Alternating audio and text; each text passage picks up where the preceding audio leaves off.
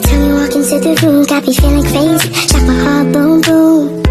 Any other boy would stare, but me I look away, cause you're making me scared. Trying not to breathe. Assalamualaikum warahmatullahi wabarakatuh. Halo semuanya, perkenalkan saya Salmawati dengan NIM 24031AF.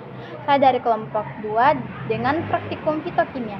Di sini saya akan menjelaskan tahap-tahapan praktikum fitokimia dengan metode kromatografi lapis tipis. Pertama-tama, sebelum memasuki pembahasan, saya akan menjelaskan maksud dan tujuan dari praktikum ini. Yang pertama itu maksudnya itu untuk mengetahui dan memahami identitas golongan senyawa kimia dan fraksi ekstrak dengan metode kromatografi lapis tipis. Kemudian yang kedua, tujuannya yaitu untuk menentukan nilai RF atau faktor retensi dan komponen kimia yang terkandung dalam fraksi ekstrak temulawak. Dari percobaan ini adalah yaitu pemisahan komponen campuran berdasarkan perbedaan daya serap atau adsorpsi dan kelarutan atau partisi antara dua fase. Komponen sampel akan dipisahkan saat fase gerak atau eluen bergerak naik melalui fase diam atau lapisan adsorben silikal gel, terbawa oleh fase gerak yang naik sehingga bergerak lebih jauh atau memiliki nilai RF tinggi. Sebaliknya, komponen yang lebih polar pada fase diam sehingga bergerak lebih lambat atau memiliki nilai RF rendah, menghasilkan bercak-bercak yang terpisah. Kemudian ada alat dan bahan yang digunakan dalam praktikum KLT ini.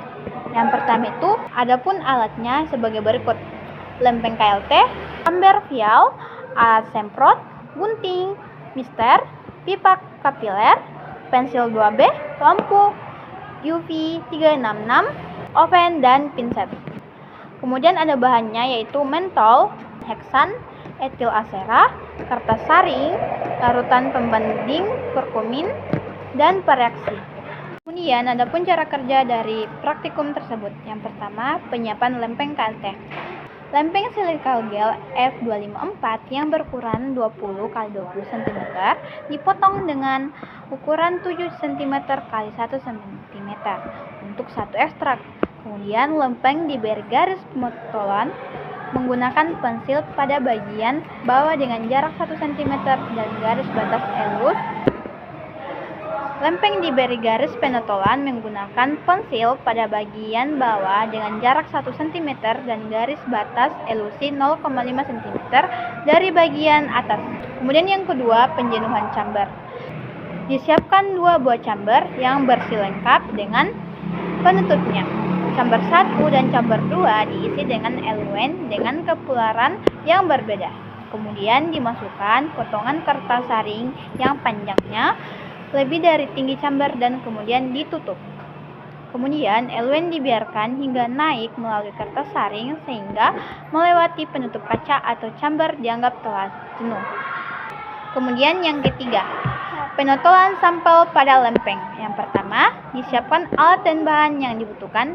Kemudian yang kedua, ekstrak N-heksan atau eter dilarutkan dengan kloroform 1:1 metanol. Kemudian dimasukkan ke dalam vial. Yang ketiga, ekstrak diambil menggunakan pipa kapiler, kemudian ditotolkan dengan hati-hati pada lempeng yang telah disiapkan. Jika memungkinkan untuk dilakukan kuantitatif, gunakan mikropipet sebanyak 5-20 mikroliter. Kemudian yang keempat, lempeng yang telah ditotol diangin-anginkan sebentar untuk menguapkan pelarutnya, lalu dimasukkan ke dalam chamber yang telah dijenuhkan. Kemudian yang kelima, bila eluen telah mencapai batas atas dari lempeng silikal gel, maka lempeng tersebut dapat dikeluarkan. Kemudian amati secara langsung dan menggunakan UV 254 dan UV 366 dan asam sulfat 10% atau foto semua hasil pengamatan. Pun rumus dari kromatografi lapis tipis ini yaitu RF sama dengan jarak yang ditempuh bercak atau sentimeter dibagi jarak yang ditempuh fase gerak atau sentimeter. Keterangannya, jarak bercak dari titik awal atau garis start ke tengah bercak. Kemudian jarak fase gerak yaitu dari garis start ke garis pelarut atau solvent bond. Itulah tadi penjelasan singkat saya mengenai praktikum dengan metode KLT atau kromatografi lapis tipis.